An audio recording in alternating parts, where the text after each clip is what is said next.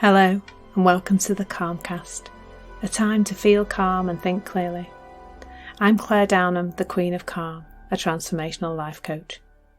I was a burnt out head teacher who finally made the journey to calm after years of trying, and I want to prevent you from having to do the same.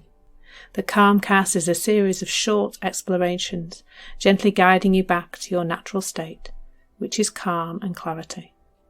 Just listen like you would listen to music, with an open mind and curiosity. There's nothing else to do.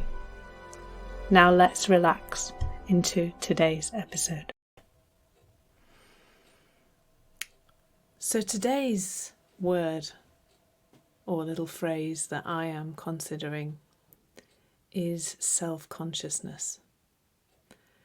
And it's almost difficult for me to touch what I'm seeing about this and to put it into words. So I had a poke around on the internet to see what was out there in terms of the definition of that phrase, self-consciousness. And I thought I'd start with sharing that because as it unravelled, it became more and more interesting to me. So the undue awareness of oneself, one's appearance or one's action is the initial definition that you get when you search about it on Google. And then when you search undue, you see that what that means is an unwarranted or inappropriate, excessive or disproportionate. So I suppose then self-consciousness is excessive or disproportionate awareness of oneself. And then I got to thinking how that had played out in my life. And I think it really showed up for me around the issue of procrastination, of seeing myself as somebody who procrastinated. And once I had that label of a procrastinator, I saw it in me all over the place.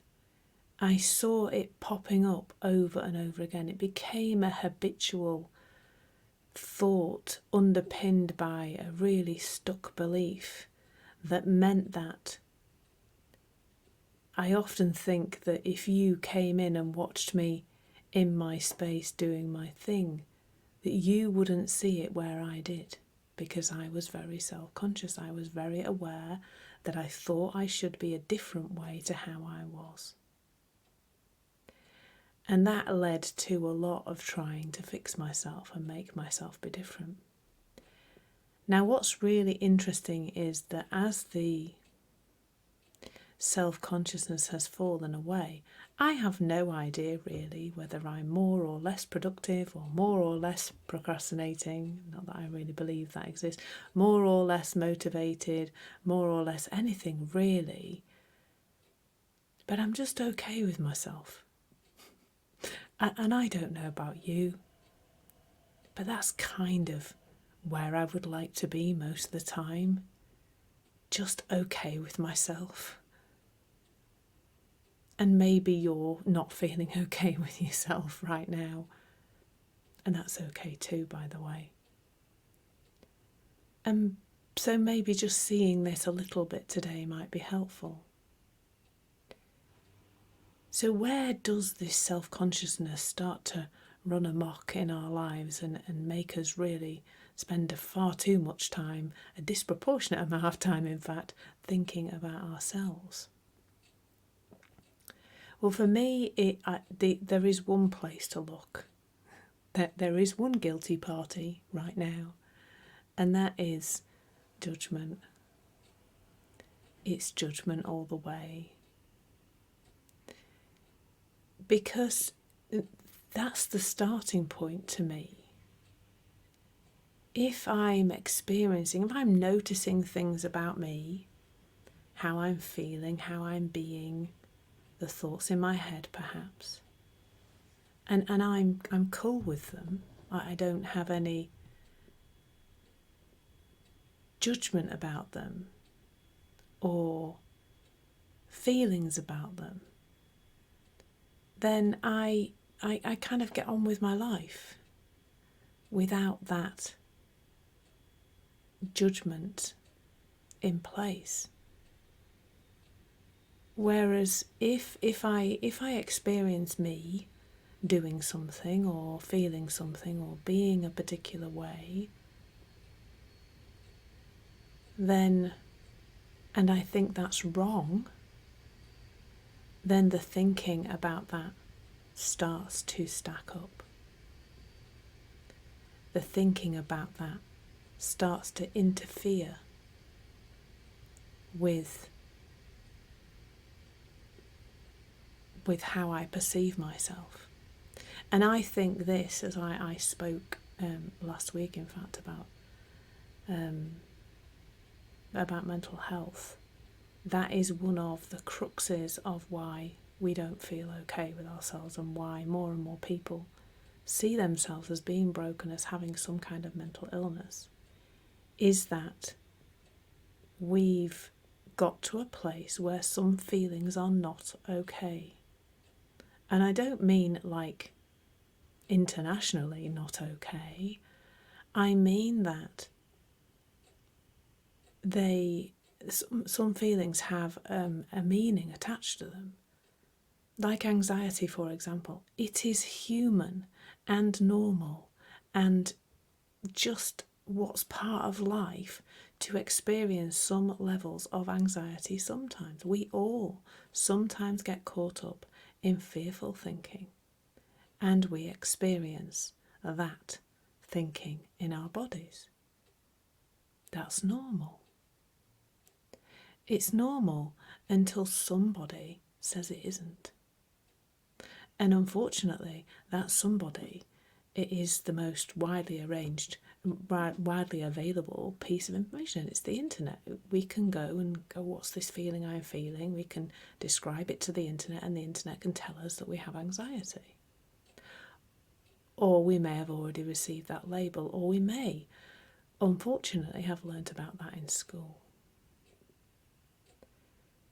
And so it isn't the feeling that's the problem. It's the judgment that the feeling is wrong.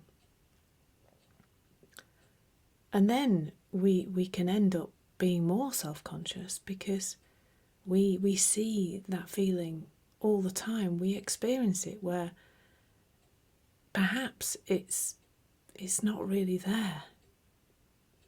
But once we have a belief that we have a problematic experience of life called anxiety, then we'll see it all over the place. Just like I did with this concept of me as somebody who procrastinated, somebody who wasn't motivated enough.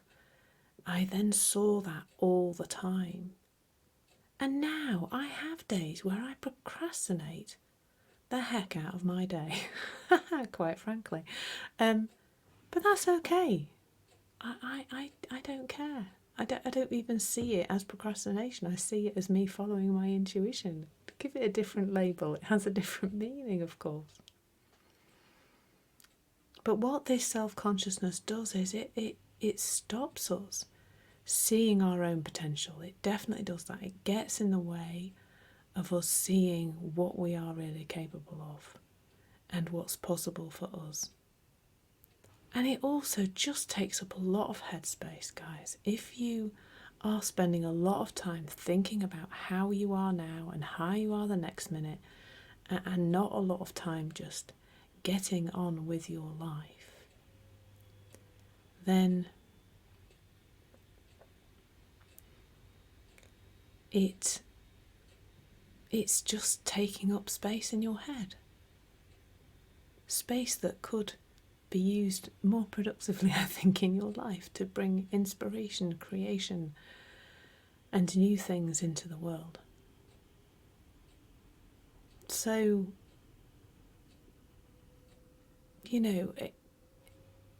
I just hope that's been helpful. I hope there's been something there that you have heard that has helped you to just have a little insight, a little noticing.